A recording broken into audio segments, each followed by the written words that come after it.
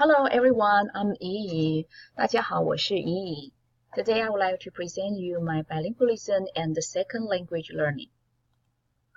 Nowadays, I would say most teachers face a very challenging scenario. The truth is, 1 in 5 Americans they speak other than English language in our continent. When we talk about bilingual education, usually we will think about not only just the strategy. Somehow we also talk about teacher expectations, cultural, social, political, community, and their home factors. So if one day I can conduct some research, I would like to focus on the K to 5. Why? Because first of all, I was a preschool teacher before.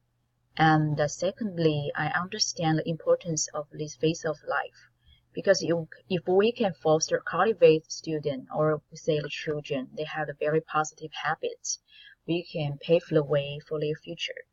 It seems that we can just, set the cornerstone for their future learning. And also, when they grow up, if we can understand their learning history, we can also do some assistance for them. So these 2 weeks, I went to library because I realized that if I needed to collect some information or references, I have to pay a lot. Sorry, I have to say it is true. So I tried to went to the brick and mortar and I found a lot of references. But basically, they all based on the threshold theory. I mean like because before this theory, most people think about the bilingual, they are not really like kind of intelligent because we don't understand the really, the function in our brain. How can we operate our language? So far, our brain is still the most mysterious in the whole universe to us. So after this theory, most researchers they recognize bilingual is kind of strengths in our for our human being. So they do a lot of experiments or do a lot of survey, and some of the references they are really very encouraging for us because we know more about this industry and also know how to help our students. But somehow we have to say they need to meet the standard. Like the teacher shared some article talk about cognitive academic language proficiency. Yeah. And CAP LOP. Yeah. Yes. Something like that. I mean, because if you are really very good in the second language, usually you become the balanced bilingual, and you can have this kind of advantage. And first of all, one of the reference is really very interesting because they try to define how so-called bilingual. Because when we say the bilingual, it's quite common sense. We think about people can speak 2 languages. But how about if one is a vocal language, but one is a physical? For example, like American Sign Language. Can they so-called language? Don't they have any, advantage? After experience, unfortunately, they don't. So, I didn't say that it's funny. I just mean like, okay, the researchers they try to reach out to get more information. Maybe some variable is not so correct. If they can contact like, well, maybe we can still prove that, because the sign language is still very difficult for some people. If some people they don't know how to do some posture or some kind of eye contact for their speech. So I believe that some people they do have like a talent to do that. I didn't really want to don't take personally. I just want to share that it's really very interesting and encourage me because I think researchers they try to reach out so many uncharted area.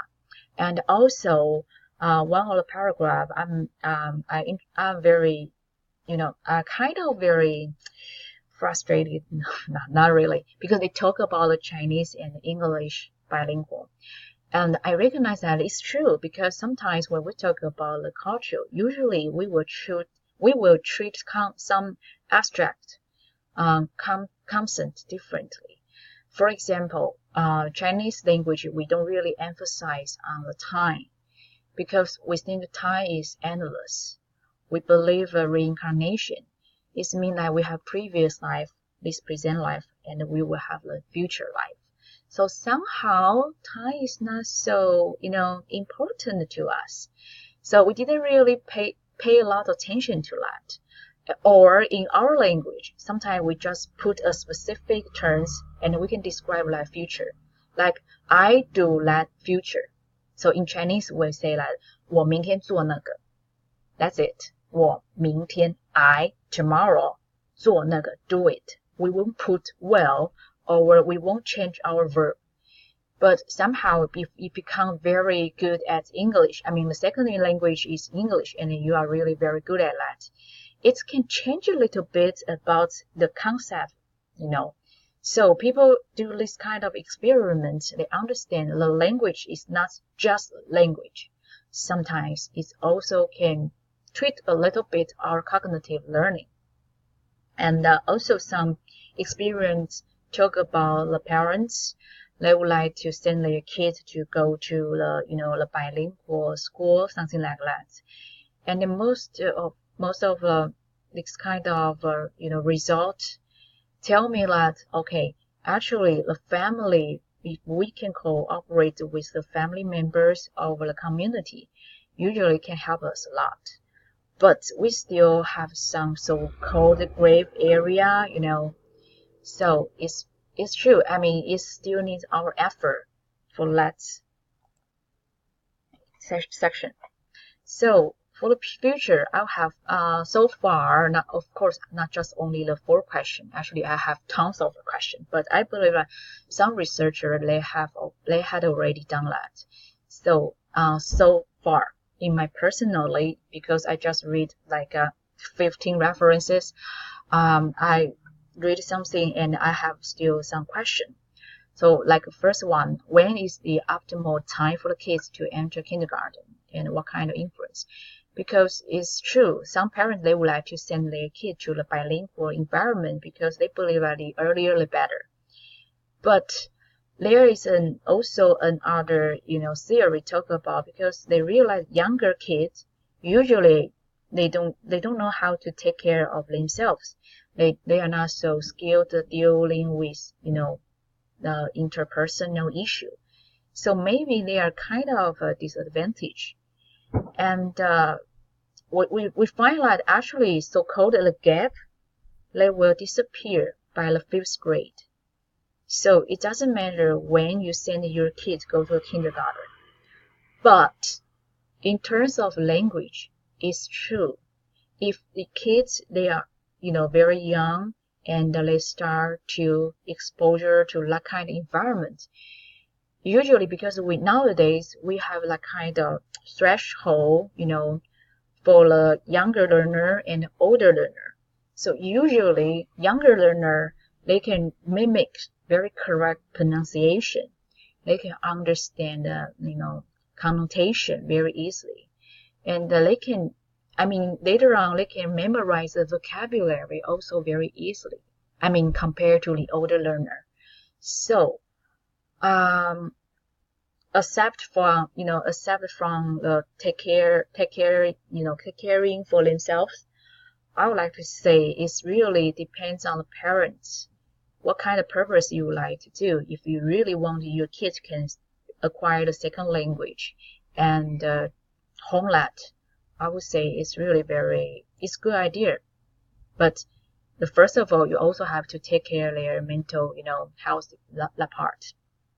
And the second one, I would like to understand more about how to set a standard for the measurement of the parent reports. Because one of my references, they talk about nowadays, some researcher, they will try to do a naturalistic recording. But for example, like this moment, I'm not so comfortable for the recording, Usually of course, first of all, English is not my mother tongue. And somehow it's kind of formal, it seems that I have to act something like that, even though I'm a host, but it's still not so natural for me. So how about if some people they do like kind of equipment in your house, and when they turn it on, will you perform so naturally? I doubt that. And also, if usually if we put some equipment, the kids they can feel like the air is different. I don't know why they are really very sensitive. So yeah, I believe that the parents, if they really want to involve in this kind of experiments, they need some training, how to train it, and what is a standard for them, or how to pick out this kind of family, right? Is also very important. And the third one, I would like to think about what kind of aspect or respect of the language experience they can affect the different outcome. Because like Taiwan, I mean, in the Asia country, we all recognize English is an international language. We hope our kids, they can really speak very fluent English. So some parents, they will try to force their kids to immersion environment, English environment. So somehow it's also mean no Chinese when they are young. I don't, in my view, personally, I don't think that is really very healthy. Do they really like an environment? I mean, some pressure, stress, and sometimes even they cannot express themselves about I want to go to pee, I'm thirsty, something like that. Don't they feel frustrated? Won't they have a very negative influence in the future? So I would like to know what kind of experiments they can affect the kids' learning. And the last one, I would like to say, because as I know, in the mainland China, most Chinese people, they are still their household is not so good. So maybe their parents cannot speak English. But how come some students they can memorize whole English dictionary? I would say, of course, first of all, it's very, very strong motivation. But how? I mean, usually we talk about no matter what kind of language learning, we say like the input and output.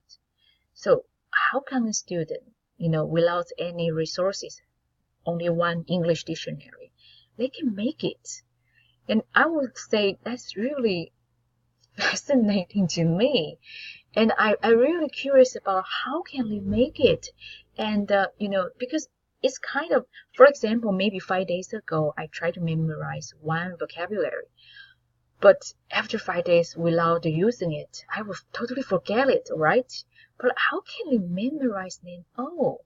And one day they still can utilize them. So it's, wow. I mean, they are so smart. Taiwanese, we just, okay. I hand my hand, yeah, I hand down my hands down. So it's also very curious. I'm very curious about this topic. So, my references are here. Most of them, because I mentioned I went to the library and it's also very good. I also discovered lots of amazing, wonderful, periodicals in the library. And I think after this assignment, I will still continue reading these magazine periodicals because I hope they can help me to get more information for my future career. Thank you for your watching.